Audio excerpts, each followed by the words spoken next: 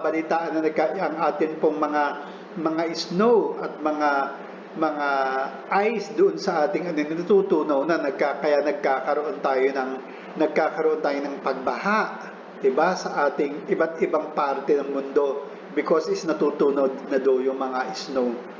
Okay? So that is one of the reasons. That is one of the effect of the climate change. Okay.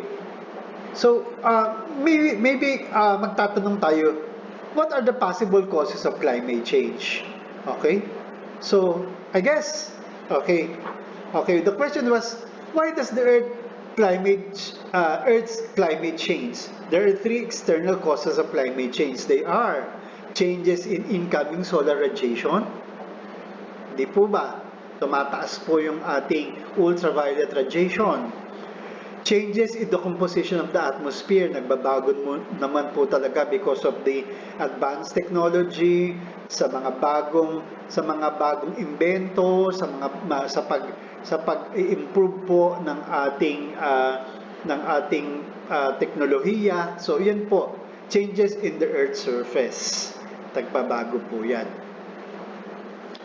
Another external cause of climate change involves a change in the amount of solar radiation. Yun po yung sinasabi natin, change in incoming solar radiation that reaches the Earth. A theory ascribing climatic changes to variation in the Earth's orbit is the Milankovitch theory, named for the astronomer Milutin Milankovitch, who first proposed the idea in the 1930s. The basic premise of this theory is that as the Earth travels through space, three separate cyclic movements combine to produce variation in the amount of solar energy that falls on the Earth.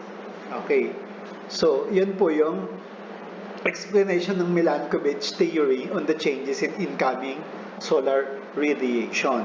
In summary, okay, the Milankovitch cycle that combines to produce variation in solar radiation received at the Earth's surface include changes in the shape or eccentricity of the Earth's orbit around the Sun. Meron pong pagbabago. Precession of the Earth's axis of rotation or wobbling. Okay, yung pagbabago ng pag-ikot. Changes in the tilt or obliquity of the Earth's axis. Okay. Now, move on to the climate change or the atmospheric particles. Ano po ba ito? Ano ba yung mga atmospheric particles para magkaroon po ng pagbabago sa ating climate or what we call the climate change? Number one is your microscopic liquid and solid particles or what we call the aerosols. Yan po ang pinakamalaking contribution kung bakit po nagkaroon tayo ng pagbabago sa ating kapaligiran. Okay, these aerosols enters the atmosphere from both human-induced or the anthropogenic, kagagawa ng mga tao, and natural sources that can have an effect on climate. The effect these particles have on the climate is exceedingly complex and depends upon a number of factors such as the particle size, the shape, yung itsura, color, chemical composition, and vertical distribution above the surface. Ayan po.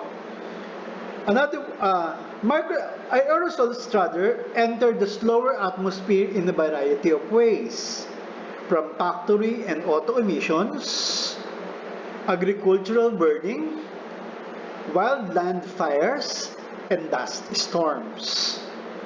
Many aerosols are not injected directly into the atmosphere, but form when gases convert to particles. Some particles, such as soil dusts and sulfate particles, mainly reflects and scatter incoming sunlight, while others, such as smoky root, readily absorb sunlight, which warms the air around them. Many aerosols that reduce the amount of sunlight reaching the Earth's surface tend to cause net cooling of the surface Earth during the day. Certain aerosols also selectively absorb and emit infrared energy back to the surface, producing a net warming of the surface air at night. However, the overall net effect of human-induced aerosols on climate is to cool the surface. Another one is your volcanic eruptions. Volcanic eruptions can have a definite impact on climate. During volcanic eruptions, fine particles of ash and dust. Siyempre po, kapag nagkakaroon po nag-erupt po ang ating volcano, nagkakaroon po tayo ng pagbuga ng mga ashes at saka mga dust as well as gases can be ejected into the stratosphere. Scientists agree that the volcanic eruptions having the greatest impacts on climate are those rich in sulfur gases. Di ba po, napag-aralan naman natin sa mga science classes natin na ang nire-release mostly ng ating volcano ay sulfur gases. These gases over a period of about 2 months combined with water vapor in the presence of sunlight to produce tiny reflective sulfuric acid particles that grow in size, forming a dense layer of haze. Nagpo-form po tayo ng haze.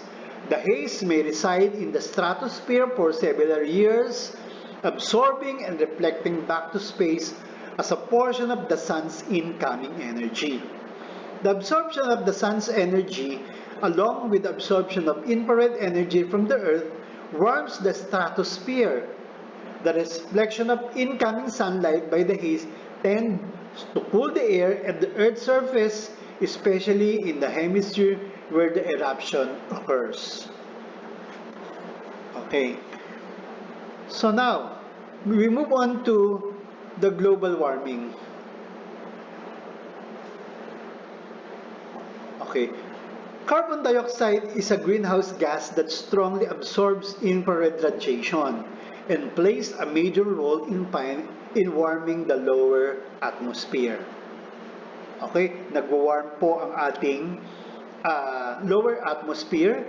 So, ito na nga, sa Earth. Okay, so it has been increasing steadily in the atmosphere, primarily due to the burning of fossil fuel. Okay, tayong mga tao din, okay, malaki din tayong factor. Okay, malaki tayong factor kasi may mga anthropogenic activities tayong ginagawa to increase the amount of carbon dioxide in the atmosphere. Kaya nagkakaroon tayo ng global warming. So, increased population, dumadami yung ating population. May specific carrying capacity lang ng isang lugar, pero na overpopulate tayo at wala tayong yung ating mga sakahan, yung ating mga vegetation area nagiging bahaya na. So wala na tayong mga plants na tinatanim doon. So therefore, wala nang nagtitake in ng carbon dioxide na pinuproduce natin, as well as yung mga human activities na to or anthropogenic activities na nagre-release ng carbon dioxide. Kasi as I have mentioned kanina, di ba, kailangan ng plants ng carbon dioxide para maging energy nila at to release oxygen na ibinibigay nila sa environment. Okay, so a numerical climate model or the mathematical model that simulate climate predicts that by the end of this century, increasing concentration of greenhouse gases could result in additional warming about 3 degrees centigrade. Imagine mo yun. So, at the end of the century, nagkakaroon ng increase or tumataas ang init ng ating environment for about 3 degrees centigrade. Okay. So, I would like to show you a table. Okay. So, these are the projected average surface air temperature. Okay. So, these are the scenarios. These are the 6 scenarios. Okay. So, these are the 6 scenarios. Okay. These are the temperature and the estimated temperature and the scenario description. Okay. The scenario descriptions identify kung ano yung mga possible na mangyayari sa ganyan with the different scenarios. Okay?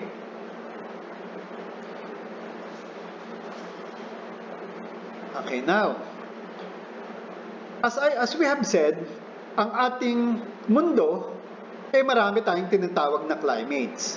Okay? So, ito na yung tinatawag nating a world with many climates. One of which is your microclimate. A small climatic region near or on the grounds is referred to as the microclimate. Micro, ibig sabihin maliit. For instance, isang kabanatuan, nagbabago ang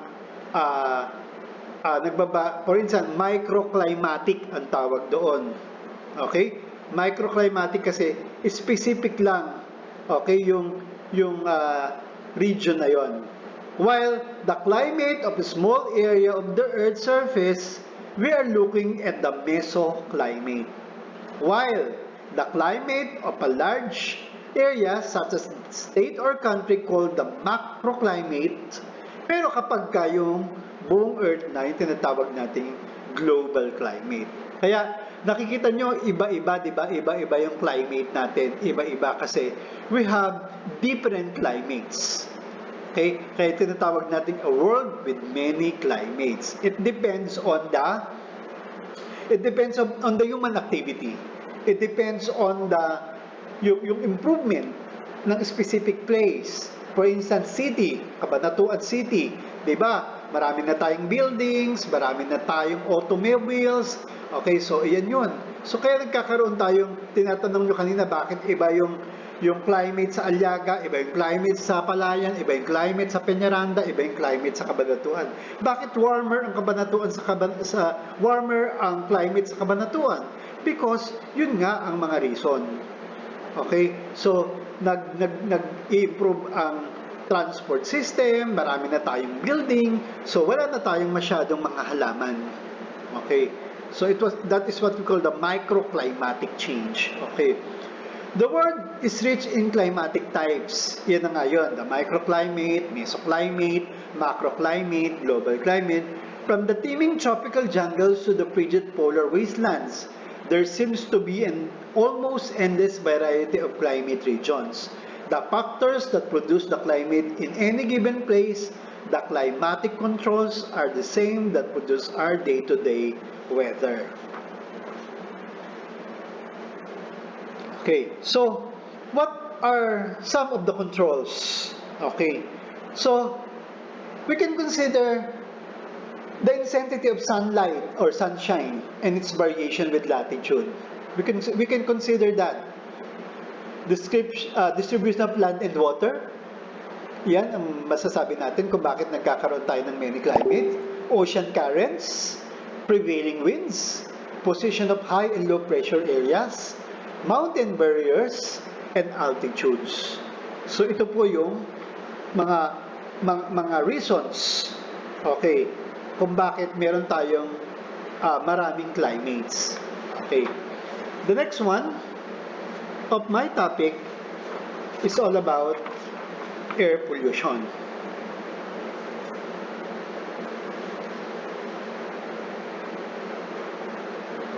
Okay.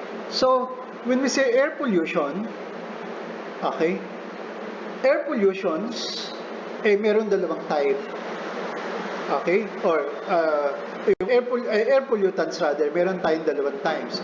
The primary and the secondary pollutants. Okay? So, air pollutants are airborne substances, either solid, liquids, or gases that occur in concentration high enough to threaten the health of people and animals, to harm vegetation and structures, or to toxify a given environment. Yan po yung tinatawag nating air pollutants. Okay, so ito po, okay, so naka-harm ng health ng people and animal, naka-harm ng vegetation and structure, and nagpaglason po ng ating environment. Air pollutants come from both natural sources and human activities. Meron tayong natural sources and human activities. Examples of natural sources include wind picking, dust and soot from the Earth's surface and carrying it aloft, volcanoes belching tons of ash and dust into our atmosphere, and forest fires producing vast quantities of drifting smokes. Ano naman po yung mga human-induced pollution or anthropogenic? Okay. So human